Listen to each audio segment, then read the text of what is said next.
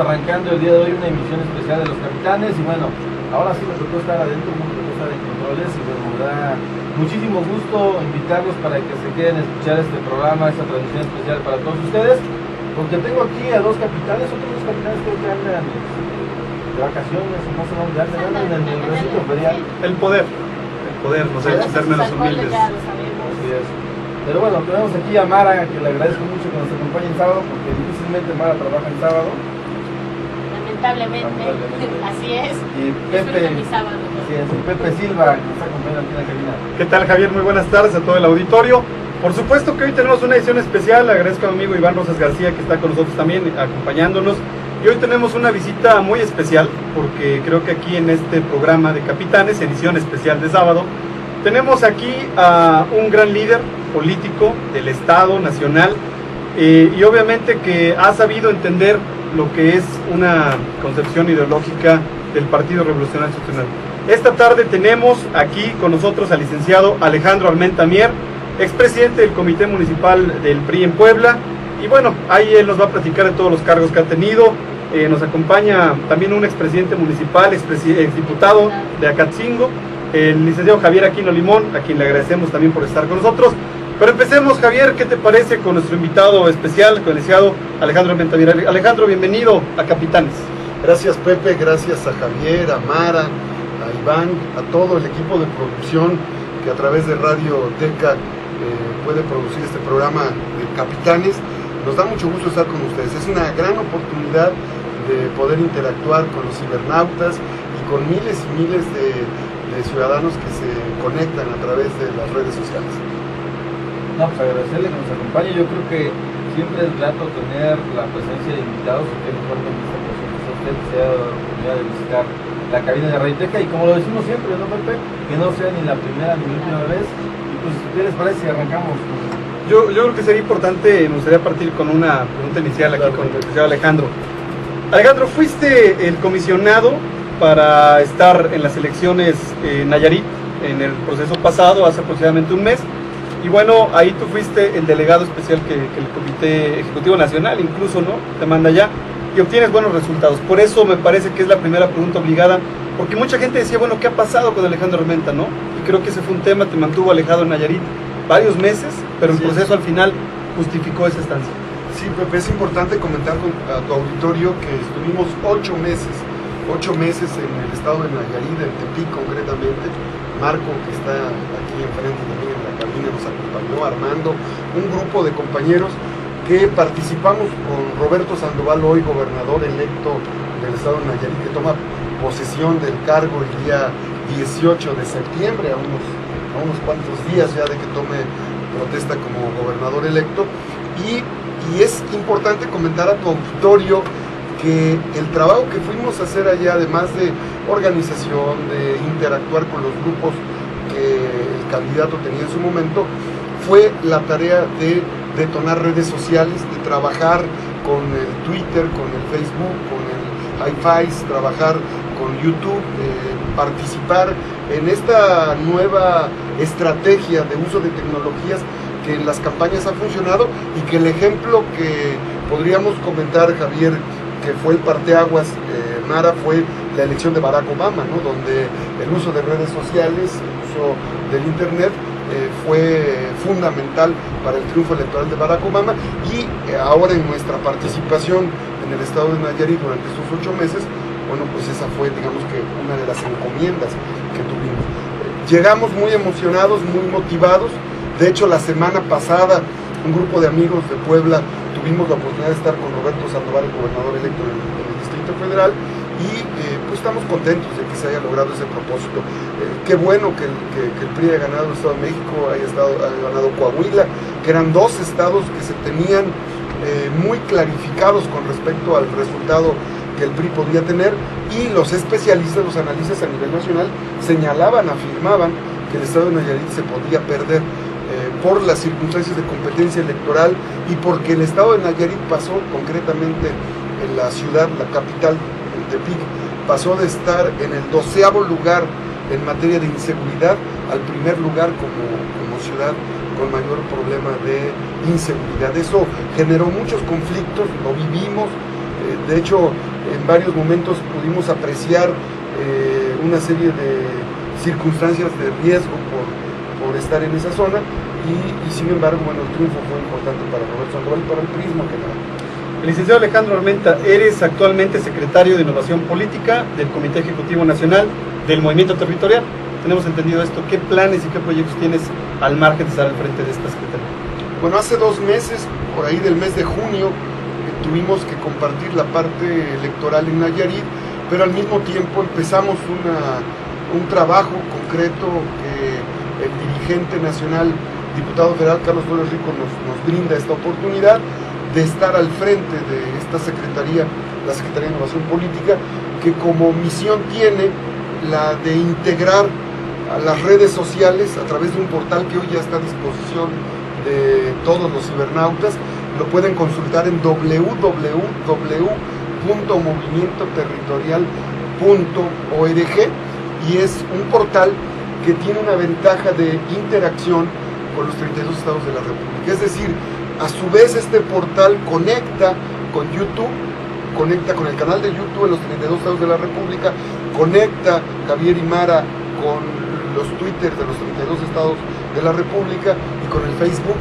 Es decir, son páginas que se integraron a un portal y que hoy nos está permitiendo por primera vez en el PRI, pero concretamente en el movimiento territorial, hacer uso de las tecnologías para todas las tareas, no solamente de partido y de organización política, sino todas las tareas sociales, de vinculación y de representación que se tienen a través del movimiento territorial PP. Es como quien dice hacer campaña, pero electrónicamente. Desde luego es modernizar.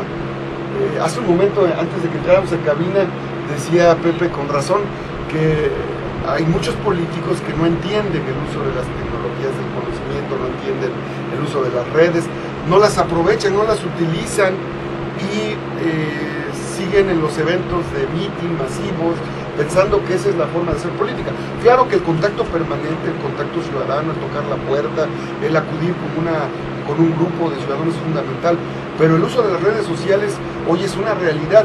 Tan es una realidad que para el 2012 se estima que en México habrá 50 millones de mexicanos haciendo uso del internet, haciendo uso de las redes sociales. Y de esos 50 millones de mexicanos, la gran mayoría, más de la mitad, serán mayores de 18 años, es decir, ciudadanos con posibilidad de decidir el rumbo del país. Por lo tanto, la modernidad, el uso de las tecnologías, la innovación política pasa necesariamente por las redes sociales, como sucedió en Estados Unidos con Barack Obama, como sucedió en el Medio Oriente con los líderes carismáticos que pensaron que esos liderazgos de 30 y 40 años no fenecerían y que no se dieron cuenta de la dinámica social que se estaba impulsando a través de las redes sociales. Y bueno, ahí tenemos el caso de Egipto, por ejemplo, ¿no?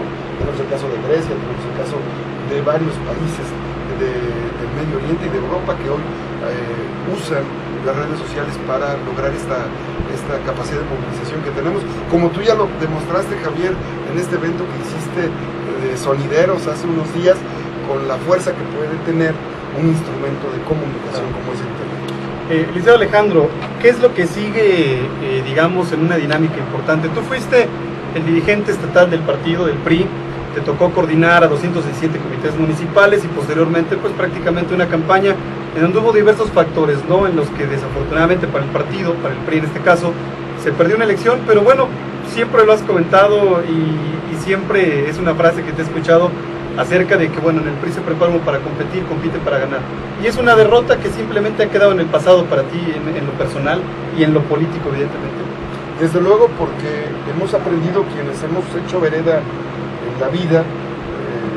Tengo 22 años de trayectoria política. Tuve la oportunidad de ser presidente, Pepe, Mara, Javier, Iván, a los 22 años en el municipio de Acatzingo, diputado a los 30 años, después de 3 intentos. Y esto lo comparto porque los triunfos y las derrotas no son para siempre. Un triunfo electoral para un partido no te garantiza la confianza decretada de los ciudadanos. Ese es el primer error que cometemos los políticos, pensar que por haber ganado una elección tienes depositada la confianza de los ciudadanos como si se decretara la voluntad del ciudadano, es un error. La confianza ciudadana se gana permanentemente con acciones, con conductas, con resultados, con respuestas, con actitudes. Y en ese sentido, el proceso electoral, no solo del 2010, a mí me tocó el resultado electoral del 2009 vivirlo. En el 2009 ganamos todas las diputaciones, las 16, y el PRI venía de ganar 25 de 26 diputaciones en el 2008. En el 2010, lo he dicho con mucho respeto a la clase política poblana, la soberbia no nos permitió ver al enemigo, al adversario interno. La soberbia política no nos permitió entender que se competía con otros y que los otros ciudadanos, tan solo al haber aglutinado al PAN, al PRD, al PANAL y a Convergencia, ya te representaban una coalición de partidos que para los ciudadanos era atractivo. Para el ciudadano era una opción múltiple que le representó una oportunidad de cambio. Eso lo tenemos que analizar, lo tenemos que entender con un nivel de autocrítica al interior del PRI, si queremos realmente ser competitivos de cara a las elecciones del 2012. Yo creo que desde la década de los 80 el sistema político mexicano, Pepe, se ha transformado y ha pasado de ser un sistema donde hay la hegemonía de un partido y donde hoy el sistema de partidos es altamente competitivo y cualquier partido político puede ganar una elección en un municipio, en un distrito, en un estado o en un país. Por ello el PRI, hoy, a 316 días de las elecciones presidenciales de julio del 2012, por ello hoy el PRI puede recuperar la presidencia de la República, y en ese sentido es lo que sigue, en respuesta a la pregunta que me hacías para tu auditorio. De hecho, siempre le hemos preguntado quién sería el próximo presidente. De hecho, y creo que todos coincidimos en Desde luego. Bueno, recordamos que Fernando Chepe, sí, Chepina, que sería una candidata muy bien idónea para Enrique. Pero, por ejemplo, hablaba usted de lo que es al interior del partido.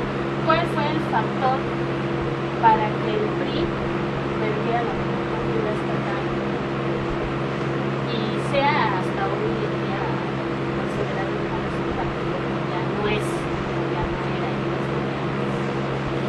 Bueno, qué buena pregunta haces, Mara, y yo la observaría en dos sentidos. Primera, un partido político tiene que aprender a competir. Hay que aprender a hacer oposición y hay que aprender a hacer gobierno. Y hay que aprender a hacer oposición, pero no acostumbrarse a hacer oposición. Esa es una máxima en política. Considero que los resultados electorales son multifactoriales. Es decir, no depende de una persona o de un solo factor el resultado. Los estudiosos de la política te dicen que hay factores internos, los que dependen de tu ámbito de competencia. Hay factores externos que tienen que ver con tu competidor, con los factores de tus competidores. Y hay factores supervinientes que ni competen a tus adversarios ni a ti, y que tienen que ver con el estado de ánimo electoral, que tienen que ver con las condiciones socioeconómicas del país, que tienen que ver con contingencias de orden incluso climatológico, político, cultural, histórico. Esos tres grandes factores, los especialistas llaman endógenos, exógenos y supervinientes. Yo les digo que son los internos, los que dependen de ti, de tus factores, los que no dependen de ti.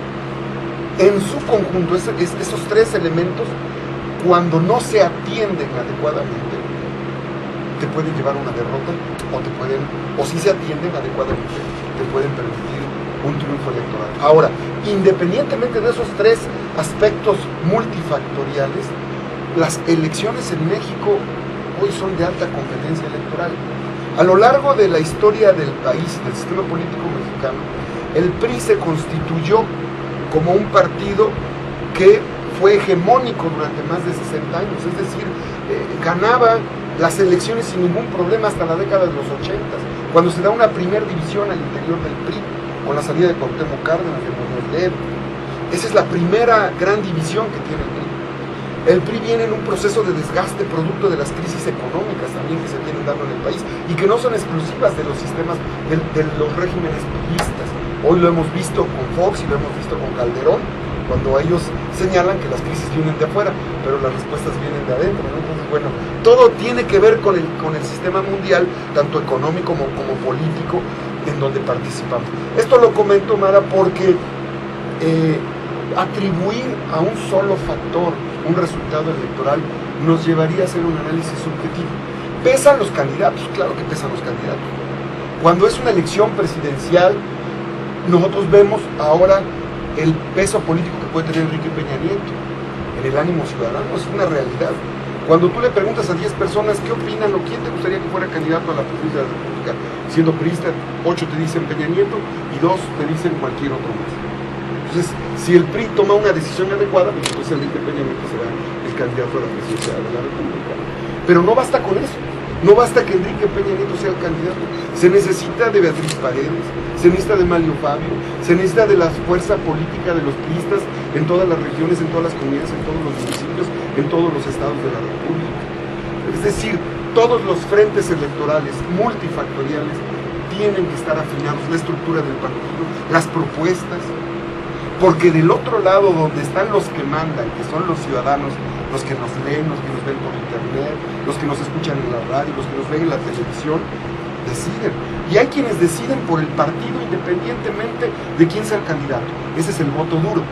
Hay quienes deciden, Mara, hay quienes deciden, Javier, quienes deciden Iván, Pepe, cuando conocen a la persona y la asocian con el partido. Y hay quienes deciden cuando conocen a la persona con el partido, con la propuesta. Y hay quienes deciden solo por la propuesta.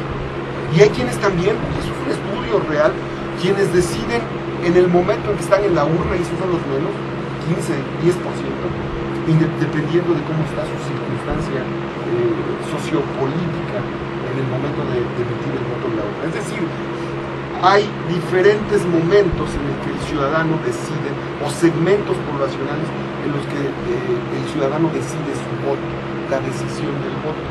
Por ello, nosotros creemos que para el 2012, a pesar de haber ganado Nayarit, Coahuila, el Estado de México, sería un error de soberbia creer que porque tenemos al mejor candidato, al más posicionado, aspirante hoy, gobernador del Estado de México, tenemos el triunfo garantizado de las elecciones del 2012.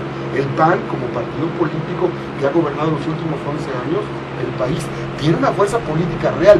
No entenderla sería actuar con soberbia y sería menospreciar al adversario, como hicimos en Puebla en el 2010, que menospreciamos a la coalición y menospreciamos al candidato. Esos son los errores que nos podemos Licenciado, cometer. en ese contexto, y interrumpiendo aquí la palabra, escuché recién un comentario muy interesante tuyo.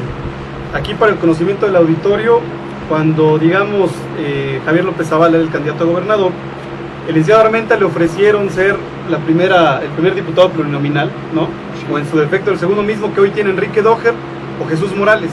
¿Por qué despreciar o por qué no aceptar ese tipo de cargos? Yo escuché una respuesta que me convenció, que dijiste congruencia política con tus acciones en este caso. Porque tú podías hoy estar en el Congreso, quitado de la pena, tranquilo, sin hacer campaña, y estuvieras de alguna manera en otro contexto y no en esta lucha permanente de reafiliación y de reposicionamiento del PRI, ¿no? Bueno, te has comentado algo que tiene que ver con quienes creemos en un partido, en una institución, y sabemos que hay un código de ética partidario, y sabemos que hay una serie de requisitos de militancia, y quienes estamos formados en la vereda. Mi primer cargo fue a los 18 años, o mi primer espacio de político a los 18 años fue ser delegado a la 14ª Asamblea Nacional, conocido a Luis Fernando Colosio. Tuve la oportunidad de ser secretario de Acción Juvenil a los 19 años del Comité Regional Campesino de Titiaca y secretario general del PRI en Acatzingo antes de ser presidente municipal. Esto lo pongo en el contexto de esta entrevista, porque antes de ser dirigente estatal del PRI, tuve la oportunidad de estar en una sección. He caminado a lo largo de 22 años en diferentes espacios del partido y he aprendido a entender lo que es la militancia activa y la militancia demandante. La militancia activa es ese militante que está a favor de un partido porque cree en ese partido. En eso creo yo. Y el militante demandante es el que siempre está queriendo ser un cargo, ir a otro cargo, ir a otro cargo, y no le importa traicionar, no le importa ofender, no le importa utilizar, y donde la ambición perversa es más grande que la aspiración legítima. ¿Por qué comento esto?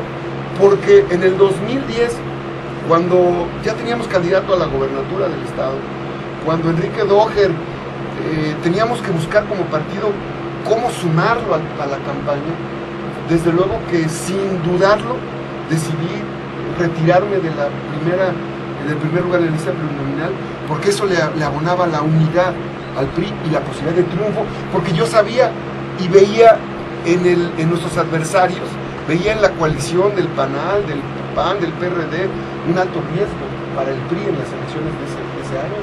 Y porque también veía que si no lográbamos unir a Enrique Doher y a Jesús Morales, que también habían aspirado a la gobernatura del estado, habríamos de tener una división al interior del partido. Hay que recordar que el PRI en el 2010 obtiene 863,000 votos para gobernador y 896,000 votos para presidentes municipales.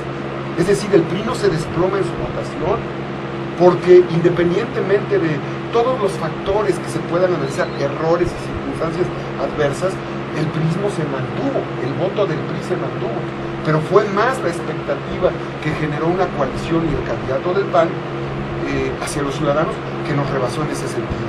Esto lo comento porque también debo decir que me encontré en el camino, Mara, Javier, Iván, a hombres que queriendo a su partido estuvieron dispuestos también a sacrificar su interés personal, y uno de ellos fue Pepe Silva. Pepe Silva aspiró a ser candidato a la presidencia municipal, como aspiró en su momento a ser candidato a diputado, y yo era dirigente en ese entonces, y a un joven yo le tuve que decir, oye Pepe, no puedes ser candidato, pero para mí era muy importante como dirigente decirle a Pepe, tú no puedes, pero yo tampoco voy, porque es muy cómodo decir para un dirigente, tú no vas, pero yo sí. Y esa es la congruencia en la que creo que un dirigente debe de basar su liderazgo. El dirigente es el que tiene que ir adelante siempre, y cuando hay un acto de sacrificio es el primero que se tiene que sacrificar. Es el primero que tiene que anteponer al partido antes que un proyecto personal. Y así como me pasó con Pepe, me pasó con muchos compañeros a los que hoy puedo ver a la cara y les puedo decir, ¿sabes qué? Ni tú ni yo usamos al PRI, porque no nos beneficiamos de esa etapa de partido. Nosotros queríamos que ganara el PRI, queríamos que ganara un proyecto de partido, y si no ganó el PRI tampoco ganamos nosotros, porque hay quienes siendo priistas ganaron cuando el PRI perdió, y yo creo que eso no es congruencia. Por eso el comentario, Pepe, yo te agradezco, aprovecho este espacio porque sé que estoy en tu tierra para agradecer tu militancia, tu participación, y sobre todo porque en su momento me permitiste lograr la unidad.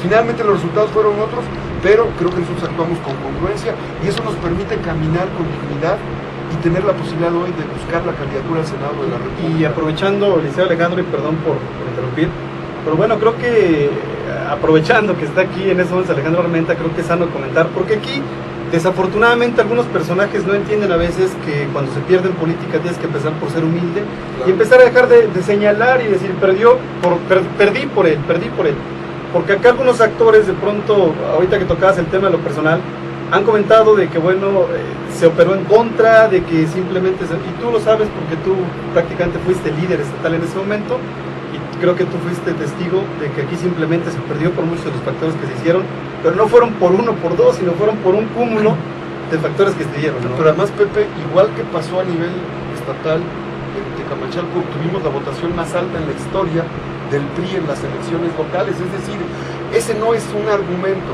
pero además creo que el político que es verdadero líder, el político que tiene aspiraciones legítimas, tiene que ir hacia adelante, tiene que pensar en el futuro, tenemos que pensar en 2012, y aquel político que no reconoce sus limitaciones, sus errores, sus circunstancias, creo que está equivocado. El primero, cuando yo he sido candidato a presidente municipal y a diputado, que lo he sido en 2 ocasiones, he reconocido que quien tiene la responsabilidad en un 60 hasta 70% de una campaña siempre son los candidatos.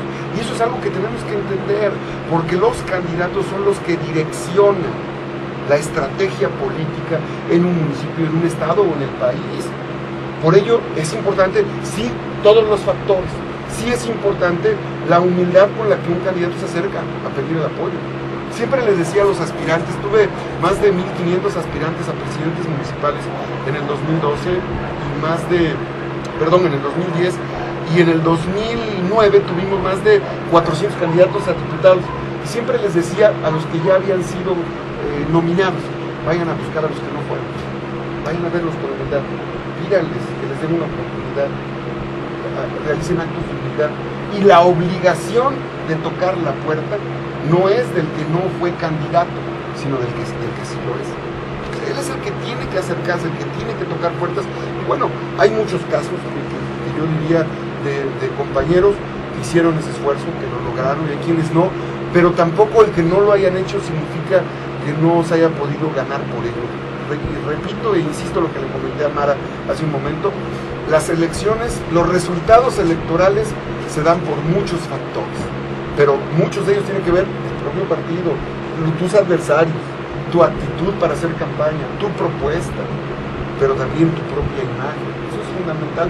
El político, Pepe, y a nosotros nos ha pasado, normalmente se pone en el espejo de la ciudadanía, como nos pasa en las ferias de los pueblos, y sabiendo que estamos chaparritos nos vemos muy altos, y sabiendo que estamos gorditos nos vemos muy delgados, y sabiendo que estamos feitos nos vemos muy guapos. Eso le pasa frecuentemente al político, porque tiene una alta autoestima, si no, no fuera candidato.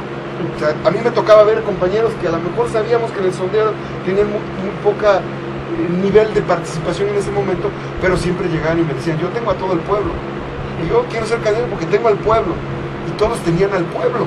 Esa expresión de yo tengo al pueblo habla de ese nivel de autoestima con el que un compañero, hombre o mujer, busca una candidatura, y eso es lo más normal, es psicología del poder, eso no nos debe de extrañar. El problema es cuando decimos es hoy o nunca, o es o soy yo o no es nadie. Eso es lo que a veces al PRI le afecta, como le afectó en Guerrero, fíjense, caso Guerrero, para no hablar de Puebla y no herir susceptibilidades de compañeros que todavía no entienden la política, que se autoflagelan con el pasado para no ver el presente. En Guerrero, ¿qué pasaba antes de la elección de Aguirre? Guerrero gana en las intermedias Acapulco y Chilpancingo el PRI. Eso significa que siendo oposición íbamos en la ruta ascendente hacia recuperar la gobernatura del estado. ¿Qué sucede 2 meses antes de la elección? Se divide el PRI con Aguirre y con Añora. La división del PRI fue más grande que la curva ascendente que tenía el PRI después de haber recuperado Acapulco y Chilpancingo y de haber hecho a coalición el PRI con el PANAL, el Verde y el PRI. Es decir, el PRI después de haber ganado Chilpancingo, Acapulco, que representaban el 50% del listado nominal, a pesar de tener en coalición al PANAL y al Verde Ecologista, no puede ganar la gobernatura del estado por la división entre el norte y el sur. O sea, ¿qué nos da ese ejemplo electoral en el estado de Guerrero? Que al PRI le daña más la contienda interna, la división interna, que a veces los procesos hacia el exterior. Entonces, para cualquier compañero que aspira a un cargo de elección popular, pues lo primero que debemos hacer es cuidarnos en casa, es cuidar la casa. Y lo primero que hacemos es dividir la casa. Esto señalamos. Si algún compañero no quiso participar, eso no quiere decir que no pueda participar hacia adelante, hay que invitarlos. El político tiene que ser humilde y tiene que reconocer que solo no puede. Las elecciones ya no son mesiánicas, no las gana una sola persona, nunca las ha ganado una sola persona. Lo que pasa es que antes de Sábano nos hacían pensar que el candidato o el presidente o el gobernador o el presidente de la república era un semidios que ganaba la elección solo. No es cierto. Los que hacen ganar a un gobernador, a un presidente municipal, a un diputado o a un presidente de la república es el hombre y la mujer que lucha en una sección, en una colonia, en un barrio, en un municipio o en una demarcación territorial. Entonces, yo creo que esas son las condiciones hoy de participación electoral que tenemos que atender, y que el PRI, ojalá que la experiencia del 2010 de Puebla, que la experiencia del 2006 en México nos permita en el 2012 recuperar la presidencia de la República, para recuperar el rumbo de México, porque no quisiéramos recuperar la presidencia de la República para hacer las cosas que cuando tuvimos el poder de manera económica hicimos mal, porque cometimos errores. Tuvimos aciertos, pero también cometimos errores en el poder absoluto que tuvo el PRI en la era monolítica de este país. Licenciado, escuché en una entrevista también algo importante. Todo mundo o mucha gente te asocia en su momento a lo que fue el exgobernador Mario Marín, a Javier López Alba, el ex candidato, siendo que, bueno, creo que fueron circunstancias donde, bueno, tú eres el presidente estatal, Marín era el gobernador, primer priista del estado, y Javier López Alba el candidato a gobernador. Pero más allá de eso, creo que hoy tú puedes ver a la cara finalmente a ambos personajes y libremente poder aspirar a, ¿no? Porque al fin y al cabo hoy creo que viene un tema importante, que es el que comentábamos el otro día aquí en Capitanes, lo recordarán, de la senaduría o de las senadurías, además de la presidencia de la República. ¿Puede aspirar Alejandro Armenta, aunque falta todavía para esto, pero puede aspirar o debe aspirar Alejandro Armenta a ser el candidato o parte de la fórmula para esta parte del PRI? ¿Qué pregunta tan importante me haces? La verdad, creo que me da gusto que lo hagas al aire, porque he sido una persona que he estado formado en la institución del partido. Cuando te comento que conocí a Colosio siendo delegado del Frente Juvenil a la 14ª Asamblea Nacional, te quiero compartir que en ese entonces gobernaba Piña Olaya, este estado. Cuando tuve la oportunidad de dirigir al movimiento territorial a nivel estatal, era don Manuel Bartlett Díaz, el gobernador del estado. Cuando fui presidente municipal, lo fui por plebiscito. En el convento de Acatzingo se formaron grandes filas de ciudadanos y fueron los ciudadanos los que decidieron que yo fuera el presidente municipal en el municipio de Acatzingo. Cuando fui diputado, lo hice primero como suplente al inicio de la administración de Melquiades Morales y posteriormente fui propietario al término de la administración del ciudadano Melquiades Morales Torres. Entonces, yo te diría que a lo largo de 22 años me he formado en la vereda del partido. He sido una persona que he crecido en el intestino del PRI, que conozco al partido, conozco las leyes escritas y no escritas del partido, que me he sensibilizado en el caminar. La primera comunidad que conocí fue Ranchería de Ranz, una comunidad que no tenía agua, drenaje, carretera, y hoy puedes ir a visitarlos y tienen todos estos servicios de escuelas, de parque ecoturístico. Y esto lo comparto porque yo creo que cometemos el error de endosar a una persona el ismo de pertenecer a una corriente política cuando se desconoce sus antecedentes y se desconoce su historia. Claro que participé en la administración de Liceo Marín, como participé en la administración de Melquiades Morales, como participé en la administración de Manuel Bartlett Díaz, siendo presidente municipal, y he tenido la oportunidad de colaborar con 9 presidentes del partido a nivel estatal, hasta que tuve la oportunidad de ser dirigente a nivel estatal. Por lo tanto, creo que la aspiración que tengo es legítima, y la tengo porque está respaldada en liderazgos sociales de muchos amigos que a lo largo de 22 años hemos construido en el caminar por el estado. Conozco la Sierra Norte, la Sierra Negra, la Sierra Nororiental, conozco el valle, la montaña, he recorrido el estado, conozco las condiciones hidrológicas del estado, conozco las condiciones sociodemográficas del estado, he tenido la oportunidad de conocer los grupos indígenas de la entidad, las etnias, he recorrido las ciudades de la entidad, y eso me ha permitido primero sensibilizarme, darle una razón a la participación política. A mí no me interesa el poder por el poder mismo, ni me interesa ser senador para ver qué se siente. No me llena, con toda franqueza se los digo, la posibilidad de ser candidato al Senado de la República solo para ir a levantar el dedo al Senado o para tener el ego suficientemente satisfecho por el hecho. Quiero ser senador porque quiero que el Senado sea activo, que realmente represente a los estados, porque podamos obtener más recursos para la entidad, porque tengamos un espacio de participación donde el Senado permita gestoría, actividad legislativa, porque hay que modificar leyes, porque hay que adecuar el marco normativo a nivel nacional, porque hay que revisar la política exterior del país. O sea, por eso quiero ser senador, porque queremos representar con dignidad a la entidad y también a un partido político. Esos son los factores que a mí me mueven, pero que están fundamentados en una aspiración legítima que está sustentada en 22 años de actividad política en el partido y en la administración. Y que no te obsesione. Y que no me obsesione, ese es el otro tema, qué bueno que lo comentas. No tengo obsesión, estoy tranquilo caminando en el estado, vengo de Cuautlancingo, vamos en un momento más a Yehualtepec. En la semana estuvimos en la región de Acatlán, estuvimos en Tepeji.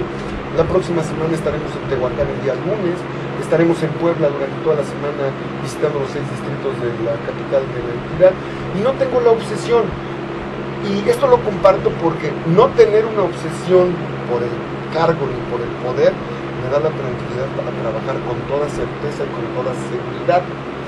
No tener una obsesión no quiere decir que haya mediocridad. No soy mediocre políticamente hablando, porque si fuera mediocre políticamente hablando, creo que no hubiera sido presidente a los 22 años de un municipio por un plebiscito. Esto quiere decir que he aprendido en la vida a caminar, a correr. Creo que hoy hay que dar con madurez los pasos que a mí me corresponden como persona en la entidad para ser una opción hacia el partido. Así como no fui candidato a diputado federal en el 2009 cuando lo pude ser, porque era para mí más importante que el PRI ganara todas las diputaciones, y así como le cedí el primer lugar de la lista plurinominal a Enrique Doher y el segundo lugar a Jesús Morales, así como tomé esa decisión a favor del partido, hoy estoy tomando una decisión personal, pero respaldada en un gran número de amigos en todo el estado para participar con toda seguridad y con toda certeza en la elección para la senaduría. O sea, a diferencia de otros políticos que, oye, ¿quieres? Pues, Sí, ajá, o otros, ¿no? No son los tiempos, él lo dice con toda certeza, ¿sí? Porque creo que la claridad, ¿no? La claridad con la que habla aquí el señor Alejandro, sí, basado en esto y esto. Alejandro, hay una frase que me gustaría que tú explicaras porque me la preguntaron la vez pasada. ¿Por qué Alejandro comenta que eres doble poblano o doblemente poblano en este caso? Es lo que aquí en la región tienen esa Claro. pregunta. Bueno, yo diría que tengo doble poblanidad, primero porque tuve la fortuna de nacer en el Zúcar de Matamoros y tuve la gran fortuna de crecer políticamente en Acatzingo. Mi padre es de Matamoros, vivo, y mi madre muerta desde los 9 años, soy huérfano de madre, nacida en Acatzingo. Esto es un asunto personal que hago público. Mi madre, antes de morir, le dice a mi papá: te encargo a mi hijo, te pido que lo lleves con mi madre para que me eduque. Y eso hizo mi padre, me trajo a Acatzingo a los 9 años, y aquí mi abuelita, que aún vive, 87 años tiene, una gran mujer que me ha enseñado a querer esta tierra. Aquí me casé, en Acatzingo, la digo aquí porque es la región, ¿verdad? Somos paisanos. Me casé en Acatzingo, mis hijos están registrados en Acatzingo, aquí es mi vida familiar. Por eso tuve la oportunidad de ser presidente municipal en el municipio, y por eso digo que soy doblemente poblano, porque la mitad, mi ombligo está en Izúcar, y la mitad de mi corazón, y la otra mitad de mi corazón está en Acatzingo. Ya reparto el corazón, porque si no se enojan en Izúcar de Matamoros, déjame decirte. Ahora, ese es el argumento que tengo. Soy un ciudadano normal y común, no corriente, común como cualquiera, porque eso he aprendido en la vida. Me educó mi abuela como educó a mi madre. Tengo un niño que se llama Alejandro Armenta Arellano, de 9 años. Tengo una niña que se llama Blanca Cecilia Armenta Arellano, de 7 años. Y tengo una bebita que esta semana que viene cumple 1 año de nacida. Por lo tanto, soy un padre de familia, soy un ciudadano poblano, soy un militante del partido, soy egresado de la Facultad de Administración Pública y egresado del Instituto de Administración Pública, en una maestría que tomé de Administración Pública con gobiernos locales, y como cualquiera de ustedes, entiendo mi contexto, entiendo mi circunstancia. He aprendido en la vida que lo más importante en cualquier proyecto es la colectividad. No creo en los liderazgos mesiánicos, creo en los liderazgos legítimos colectivos, que se sustentan en la suma de consensos. Y eso es lo que he hecho a lo largo de mi vida. Creo que cualquier proyecto que se logre hacer, se logra por el esfuerzo de muchos, como el que hoy está haciendo Javier, pero que hoy, seguramente, Javier, para que tú salgas al aire, hay muchos compañeros que tienen que estar en cabina y que tienen que estar haciendo trabajo, como Mara, como otros amigos que hacen tareas para que alguien dé la cara, ¿no? Entonces, yo creo en eso, en los liderazgos sociales, no en los liderazgos mesiánicos, y voy a seguir caminando. Por eso retomo el comentario que hizo Pepe: no tengo obsesión por el poder.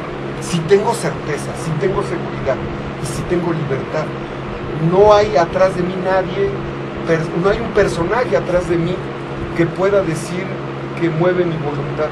La voluntad que hoy mueve el deseo, el derecho, la aspiración legítima, que no ambición perversa, es el que hemos venido acumulando a lo largo de 22 años, y el que nos da que muchos amigos, cuando caminamos en las calles de Puebla, Estado, muchos amigos nos dicen: pues, con todo, métete, Alejandro, Dale para adelante, me dicen, y pues yo estoy dándole para adelante. ¿De qué forma ayudaría a la entidad Alejandro Albertamiller y la sociedad? Mara, hay muchas cosas que hay que hacer en el Senado. El Senado no tiene que ser un premio. El Senado no tiene que ser un espacio aristocrático. El Senado no tiene que ser un espacio en donde los iluminados lleguen.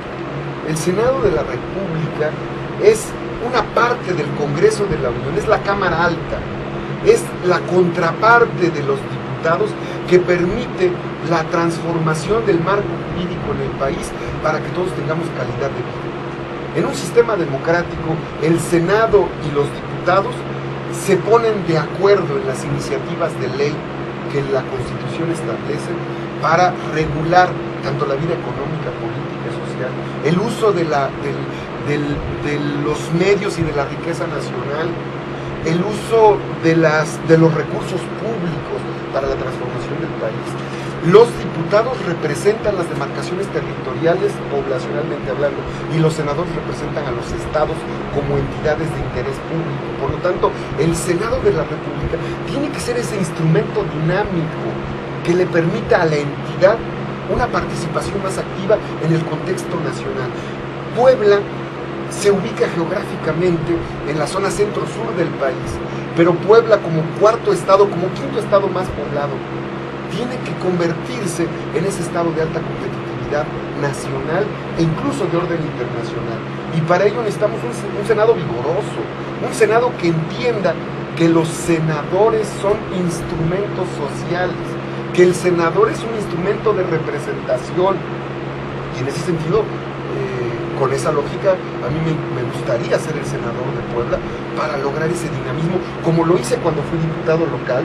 Y cuando fuimos diputados locales, pues logramos hacer la carretera entre Acatzingo y Nopalucan, cambiamos de categoría varias comunidades a pueblos, y hoy son juntas auxiliares. Está Emilio Portesquí, está San Sebastián Teteles, está Nicolás Bravo, está una comunidad, que se me fue el nombre, en San José Ozumba, en el municipio de San José Chiapa, y Emilio Portesquí en San Nicolás, Buenos Aires. Es decir, hay muchas cosas, porque si tú lo que buscas es tener una representación solo para tener el poder, entonces creo que no estás dignificando la política, y ese es el principal problema que los políticos tenemos y que los ciudadanos critican, que la política no la dignificamos, que la política la asociamos con los actos delictivos, con la corrupción, con la prepotencia, con el nepotismo, con todos estos vicios que no solo se dan en la política, se dan en todos los ámbitos de poder. Y todos los ámbitos de poder son todos los ámbitos de poder donde hay capacidad de influir en otros. Entonces, yo creo que el proyecto que nosotros estamos presentando, que estamos caminando en el Estado, es un proyecto que busca la unidad de Puebla. Puebla nos une. El Congreso, la senaduría, tiene que ser un espacio de representación, y quien sea el senador o la senadora de la República, pues que se ponga a trabajar. Es lo único que nosotros decimos. Si buscas un cargo, si quieres representar, pues hazlo con dignidad. Pues hay muchas cosas que hacer. Entonces, que los senadores se pongan a trabajar, que los diputados se pongan a trabajar, que los presidentes municipales se pongan a trabajar. Decía Luis Donaldo Colosio, y eso lo sabe muy bien Pepe Silva, el PRI debe ser fuente de exigencia, no de complacencia. En la medida que el PRI exige, el ciudadano ratifica su confianza en el partido. Cuando el PRI es complaciente, pues entonces el ciudadano busca otras opciones políticas. Y creo que esos son los errores que en el PRI tenemos que combatir. Pero el primer error que en el PRI tenemos que combatir es la soberbia. Y lo repito, no me refiero a nadie en especial cuando hablo de soberbia, porque de repente me mandan mensajitos algunos compañeros: oye, ¿por qué le dijiste a fulanito que es soberbio? No, espérate, yo no estoy hablando personal, no personalizo el tema. La soberbia es un vicio, es una actitud que no te permite ver la realidad cuando estás compitiendo, o tu propia realidad cuando tienes un proyecto de vida, incluso para la vida. Me preguntan aquí, tuiteé que le pregunté. Bien. Entonces, una de las preguntas que más me interesó es si Alejandro Albertamiller sigue la razón. Yo nunca he estado a las órdenes de una persona en especial. He venido comentando que he servido al sistema, al partido. He comentado que cuando fui dirigente del movimiento territorial, quien gobernaba este estado era don Manuel Bartlett Díaz. Cuando yo era presidente municipal estaba don Manuel Bartlett Díaz de presidente. Cuando Melquiades Morales era gobernador, yo era diputado. No creo en ese tipo de autoridad. La autoridad que no se fundamenta en la razón, no la comparto. Yo creo que toda autoridad se fundamenta en el marco jurídico, es decir, lo que te corresponde hacer y actuar. Esto lo comparto porque desde luego que siendo dirigente del PRI había comunicación con el primer priista, como lo han tenido todos los que han sido dirigentes y lo tendrán los que sean dirigentes cuando haya un gobierno del PRI a nivel nacional, a nivel local. Pero de ello a que yo siga las órdenes de alguien, lo que les quiero decir con toda certeza a los 22 años que tengo de hacer actividad política y a los 42 de vida, es que siempre he procurado tomar decisiones racionales, decisiones colectivas. Y una decisión que no he compartido más que con mi propia congruencia fue no haber sido diputado federal en el 2009 y no haber sido o retirarme de la lista plurinominal en el 2010 en 2 ocasiones, porque es una decisión congruente. Tomo decisiones que buscan actos justos y decisiones congruentes. Me puedo equivocar, y eso sí lo puedo decir con toda franqueza, me he equivocado muchas veces en la vida, pero no me arrepiento de lo que hago, y por eso no me arrepiento de caminar, y nadie me va a detener en los términos de que alguien me llame y me diga, oye Alejandro, deja de caminar el Estado, porque no vas a ser candidato, si vas a ser candidato, venme a ver para que seas candidato.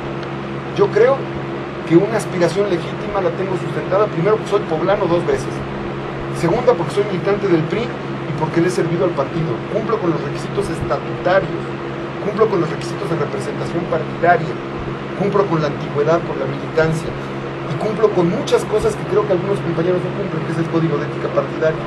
Ese lo he tratado de llevar con toda ética a lo largo de mis decisiones políticas que me he trazado.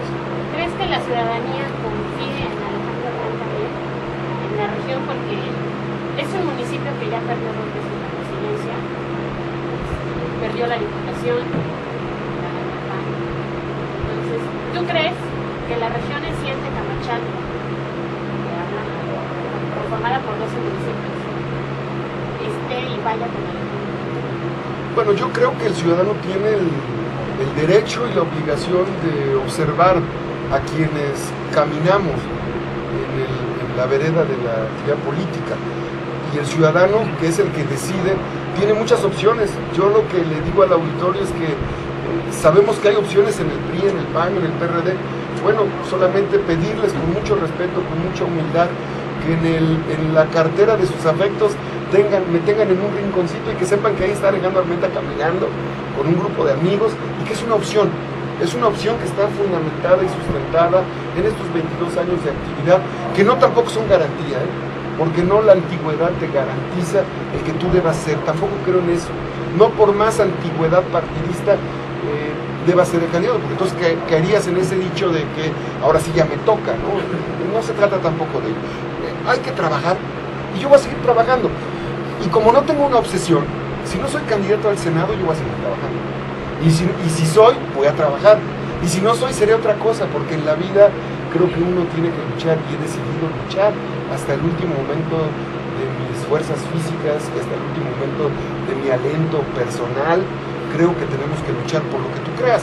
El partido necesita militantes, militancia activa. Y yo no voy a poner de rodillas al PRI, ni voy a chantajear al PRI si no soy candidato. Claro que voy a llegar hasta las últimas circunstancias que la ley me permita, y claro que me voy a registrar, y claro que voy a participar, porque no depende esta voluntad de una persona, depende del esfuerzo colectivo que hoy está impulsando este proyecto. Por lo tanto, yo estoy muy contento, camino el estado tranquilo, visito a mis amigos y encuentro, la verdad, un respaldo que se va multiplicando a lo largo de los días y que me animan a seguir luchando. Alejandro, preguntarte, Sí, platicabas referente a Pepe Silva, ¿tú consideras que él todavía tiene camino largo aquí en Camachalco? Digo, porque muchas veces, y él mismo lo comentó, lo han tachado de que fue partidario, así es, Y aparte de eso, bueno, pues muchísima gente como que perdió ese apoyo hacia él cuando se dieron cuenta que iba como suplente, creyendo que pues podía luchar por ser el candidato de la Alianza Puebla Avanza y que lo engañaron con una Lo chamaquearon al pobrecito. Yo creo que Pepe, al igual que otros amigos de Tecamachalco y de la región, tienen derecho a ser política. Es un derecho constitucional.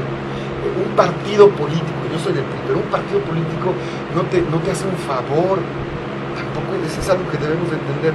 Ni tú como ciudadano le haces un favor al partido, ni el partido te hace un favor. Es una relación social, política.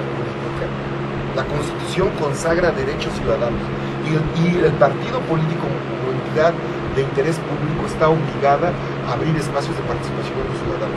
Ahora, tú militas en un partido, tienes que cumplir con la ética, tienes que cumplir con la militancia, tienes que cumplir con los requisitos y obligaciones partidarios.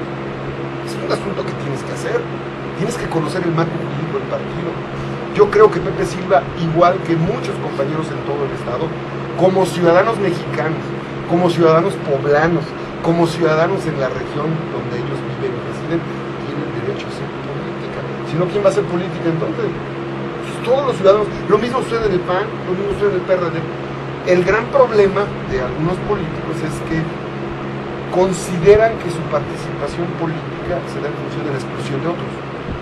La exclusión no ayuda a ganar un proyecto.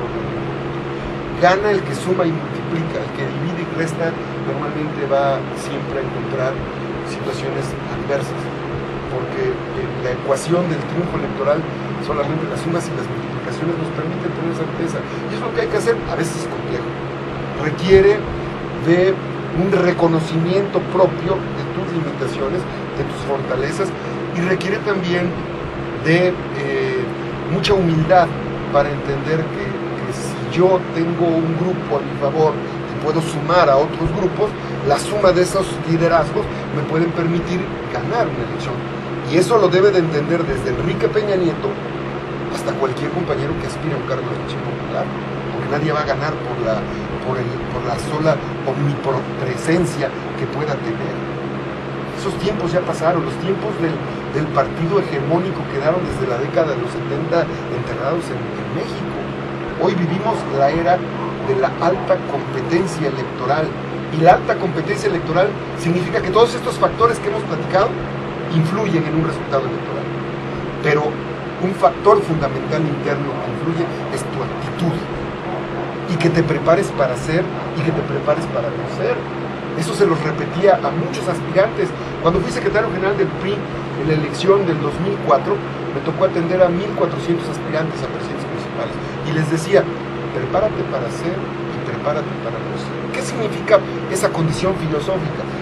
Que si tú quieres ser, primero tienes que conocer tu estado, tienes que conocer el marco jurídico, tienes que saber para qué quieres ser, porque si no sabes para qué quieres ser, solo quieres el poder por el poder mismo.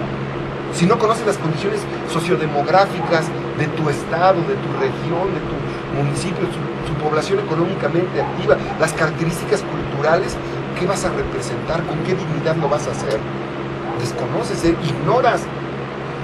Prepararse para ser. Prepararse para ser también significa tener humildad para tocar la puerta y pedir el apoyo, pedir el respaldo, sumar voluntades. Prepararse para ser significa que debes de tener la capacidad para abrevarte, para llenarte de conocimiento, para dar lo mejor de ti, para ponerlo al servicio de la comunidad, porque quieres representar con dignidad. Prepararse para ser. Prepararse para no ser significa no que no quieras ser, sino que en la vida hay ocasiones que pierdes, y no porque no haya sido bueno, sino porque el otro fue mejor.